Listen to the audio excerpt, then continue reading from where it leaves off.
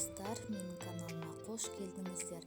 Сіздермен бүгін духовкада дайындалатын тауық етін жасайтын боламыз. Видеоны соңына шейін қарап, лайк басып, комментарий жазыңыздар.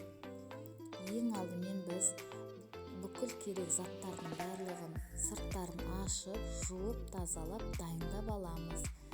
Ең бірінші пиязымызды тураймыз.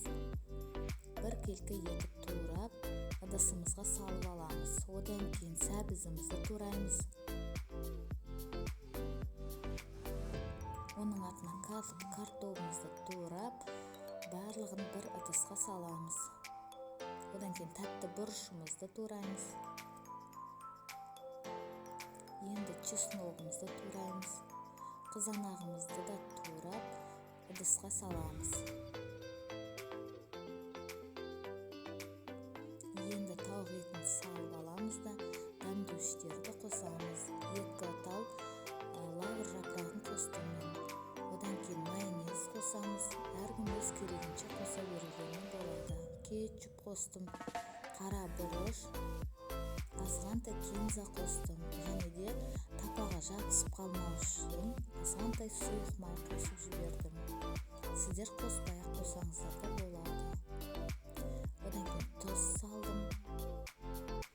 Одан кейін соя сосын 1,5 қасық салып, барлығын араластырып, бетін жауып 1 сағатқа тұндырып қойдым.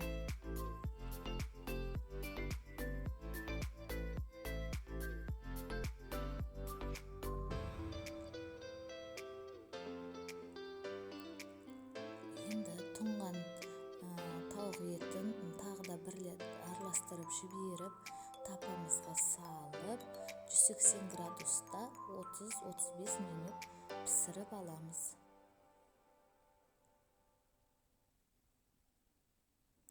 Міне біздің тауық етіміз дайын болды. Сочный, сап-сары болып, әдемі болып пісті. Енді оның үстіне ас көгімізді салып, дастарханымызға ұсынсақ болады. Сіздермен болған қара көз, астарыңыз дәмді болсын.